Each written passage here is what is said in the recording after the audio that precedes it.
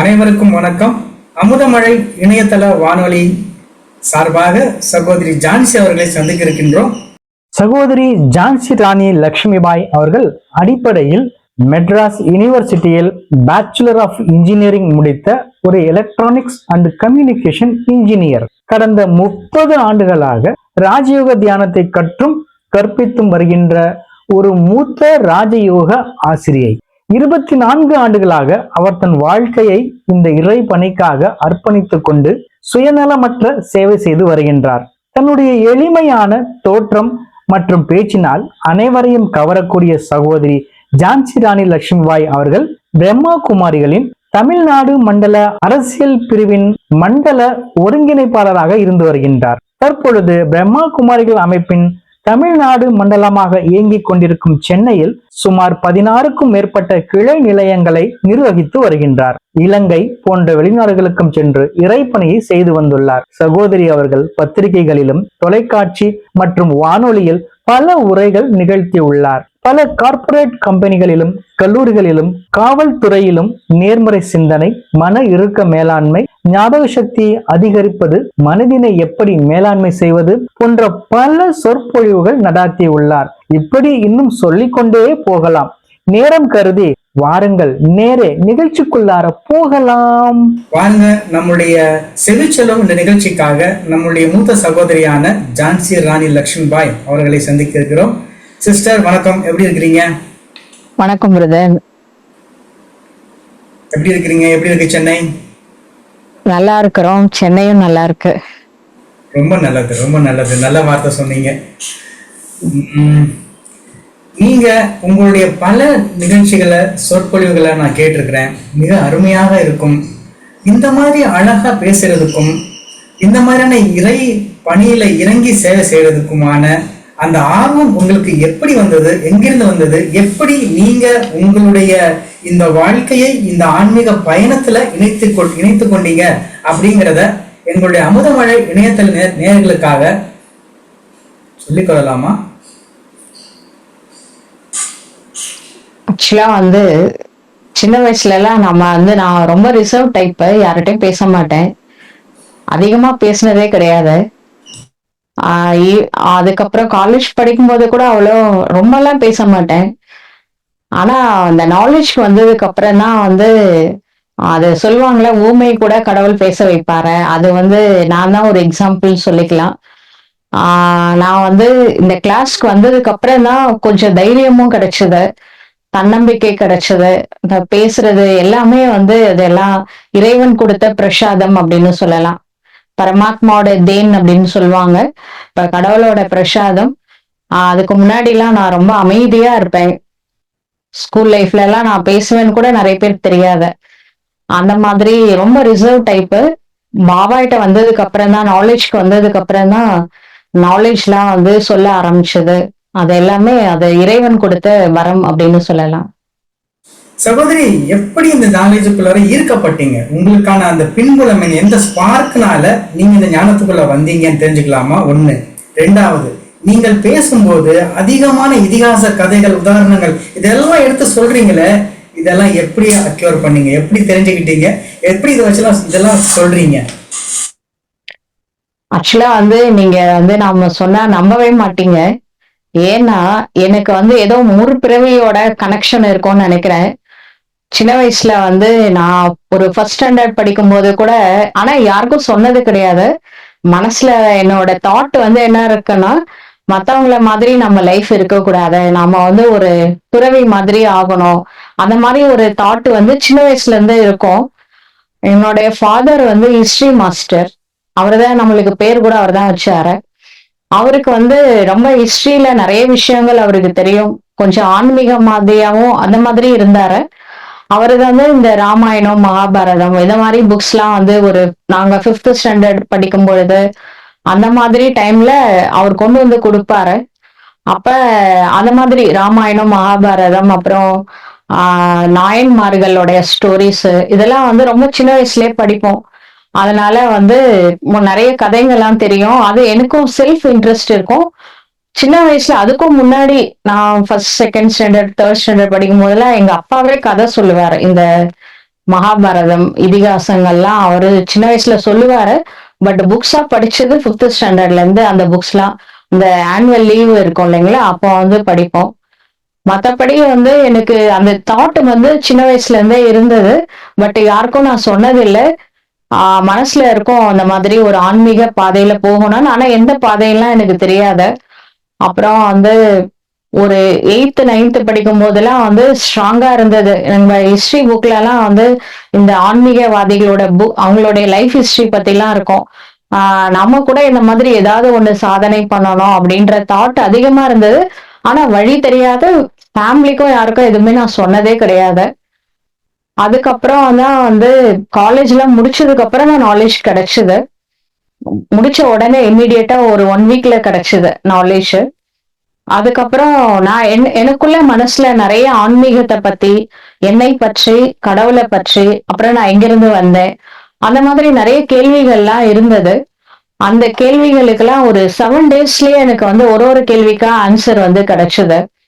அதுக்கப்புறம் நிறைய விஷயங்கள் வந்து நாம படிச்சதை விட இந்த நாலேஜ் வந்ததுக்கு அப்புறம் தான் எனக்கு நிறைய விஷயங்களை நான் தெரிஞ்சுக்கிட்டேன்.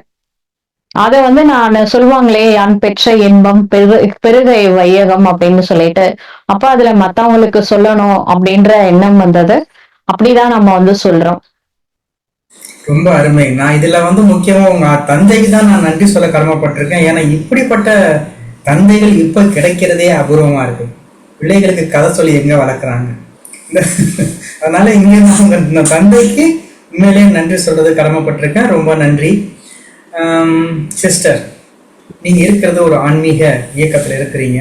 அதனால சமூகத்துக்கு நன்மை பயக்கக்கூடிய சில விஷயங்களை உங்கள்ட்ட கேட்கலான்னு இருக்கிறேன். உங்களோட பர்மிஷனோட கேட்கலாங்களா? தாராளமா கேளுங்க. முதலாவதாக நம்ம மாணவ செல்வங்களிடமிருந்து ஆரம்பிக்கலாம். மாணவர்கள் மற்றும் ஆசிரியர்களுடைய உறவு வந்து இப்போ அவ்வளவு சரியா இல்லைங்கிறது நம்ம எல்லாத்துக்கும் தெரியும். நிறைய பேருடைய இது கம்ப்ளைண்டாக இருந்துட்டு இருக்குது. மாணவர்களை கண்டிக்க முடியல. மாணவர்களும் முன்னாடி இருந்த மாதிரி நாம இருந்த மாதிரி மாணவர்களும் இப்ப இல்லை. அதனால அவங்களுக்கு படிப்பை விட மற்ற விஷயங்கள தான் அதிக நாட்டம் இருக்கு. பெற்றோர்களால கூட சில இடங்கள்ல பிள்ளைகளை கண்டிக்க முடியல. ஸோ இந்த மாதிரி ஒரு சூழ்நிலையில மாணவர்களை, நம்முடைய இளம் தலைமுறையினரை மேம்படுத்த உங்களுடைய ஆலோசனை என்ன? எப்படி வந்து நான் சொன்ன மாதிரி என்னுடைய தந்தைக்கு வந்து முக்கியமான ரோல் இருக்கு. அவங்க வந்து சின்ன வயசுல நிறைய இந்த ஆன்மீகத்தை பத்தி சொன்னதுனாலதான் அது என்ன அறியாமலே சப்கான்சியஸ் மைண்ட்ல அதெல்லாம் போயிடுச்சு. ஏற்கனவே ஒரு தாட் இருந்துகிட்டே இருக்கும். பட் இந்த மாதிரி பாதையில வர்றதுக்கெல்லாம் வந்து பேரண்ட்ஸோட ஃபர்ஸ்ட் வந்து அவங்கதான் நம்மளுக்கு குரு மாதிரி. அந்த மாதிரி ஒவ்வொரு குழந்தைங்களுமே வந்து எதிர்காலம் நல்லபடியா இருக்கணும் அப்படின்னா அதுக்கு வந்து பேரண்ட்ஸ் வந்து என்ன பண்ணணும், இந்த பாடத்தையும் சொல்லி கொடுக்கணும், கூட கொஞ்சம் டிசிப்ளின் நல் ஒழுக்கத்தை பற்றி கூட சொல்லி கொடுத்து வளர்க்கலாம். அது மாதிரி இந்த கதை மாதிரி எல்லாம் சொல்லி கொடுத்து வளர்க்கும் போது குழந்தைங்க அப்படியே பிடிச்சுப்பாங்க. நல்ல விஷயங்களை நிறைய கேட்கலாம். ஆனா இந்த காலத்துல பேரண்ட்ஸ் வந்து சொல்லி கொடுக்குறாங்க, டீச்சர்ஸும் சொல்லி கொடுக்குறாங்க. பட் இந்த எத்திக்ஸ் பத்தி, ஒரு நல் ஒழுக்கம், நல்ல குணங்கள், இத பத்திலாம் சொல்லி கொடுக்கறதுக்கு எங்களுக்கு வந்து டீச்சர்ஸும் அந்த மாதிரி அமைஞ்சாங்க. எங்களுக்கு பாடம் மட்டும் எடுக்கல டீச்சர்ஸ்லாம். நம்ம கவர்மெண்ட் ஸ்கூல்ல தான் படிச்சோம். அப்படி படிக்கும் பொழுது டீச்சர்ஸ் வந்து பாடம் மட்டும் எடுக்கல, சில நல்ல விஷயங்களையும் கூட சேர்ந்து சொல்லி கொடுத்தாங்க. அப்ப அந்த மாதிரி வந்து டீச்சர்ஸ்லாம் இப்ப அமைகிறது கொஞ்சம் அபூர்வம் தான். அதனால பெரியவங்க தான் முதல் ஸ்டெப் எடுத்து வைக்கணும். ஏன்னா உங்களுக்கு தெரியும், கொஞ்சம் கேப் விட்டா வந்து இந்த மொபைல் வந்து நுழைஞ்சிருச்சு. இப்ப சின்ன குழந்தைங்க கையில கூட மொபைல் இருக்கு. அதனால வந்து பேரண்ட்ஸும் டீச்சர்ஸோட கோஆப்ரேஷன் இல்லாம டைரக்டாவே மொபைல்ல குழந்தைங்க சில பேர் வளர்றாங்க.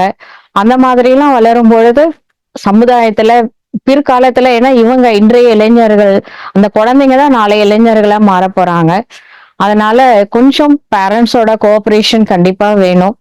கூடவே டீச்சர்ஸும் வந்து பாடமும் சொல்லி கொடுக்கணும். கூடவே வந்து இந்த குணங்களை பற்றி, வேல்யூஸோட இம்பார்ட்டன்ஸ் சொல்லி கொடுத்து வளர்த்தாங்கன்னா பிற்காலத்துல அவங்களோட லைஃப் வந்து நல்லா இருக்கும்.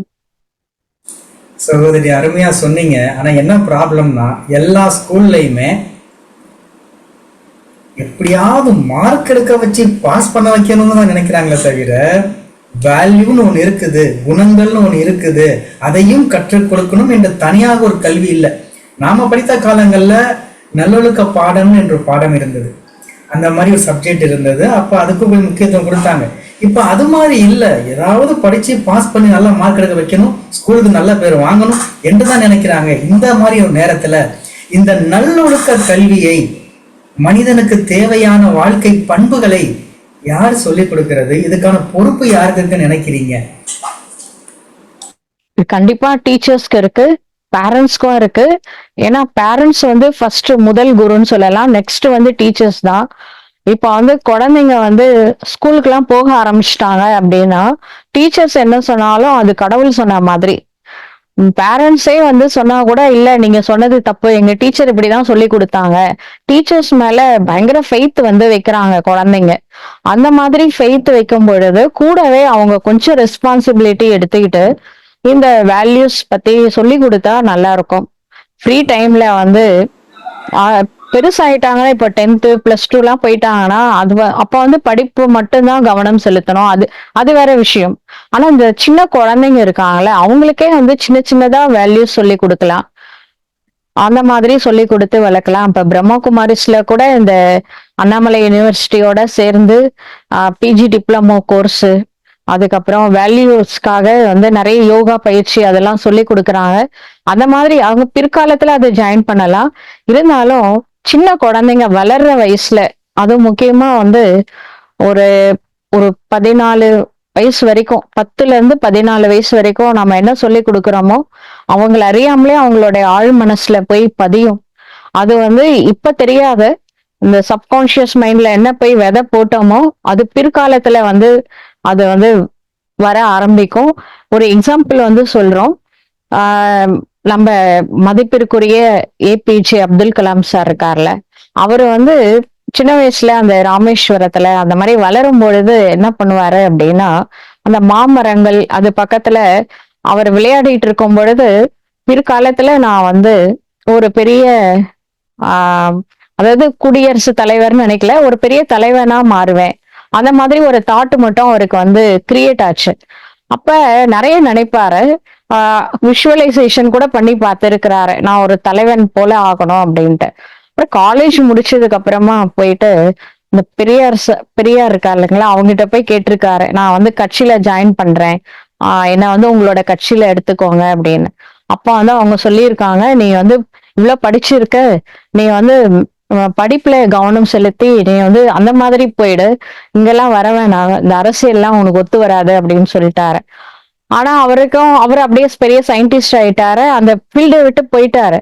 ஆனாலும் பிற்காலத்துல அவர் மிக சிறந்த குடியரசுத் தலைவரா மாறினாரு. அதுக்கு காரணம் சின்ன வயசுல அவருடைய மனசுல வந்து அந்த தாட்டு தான், நான் வந்து பிற்காலத்துல ஒரு தலைவன் போல இருக்கணும், அந்த மாதிரி நினைச்சாரு. அதை கனவு காணுங்கள்னு சொல்லுவாரு. அப்படியே விட்டுட்டாரு. ஆனா பின்னாடி அது வந்து பலிச்சது இல்லைங்களா? அத மாதிரி நான் கூட சின்ன வயசுல கூட என்ன நான் வந்து ஒரு இந்த துறவர மார்க்கத்துல வரணும்னு நினைச்சிட்டு தான் இருந்தேன்.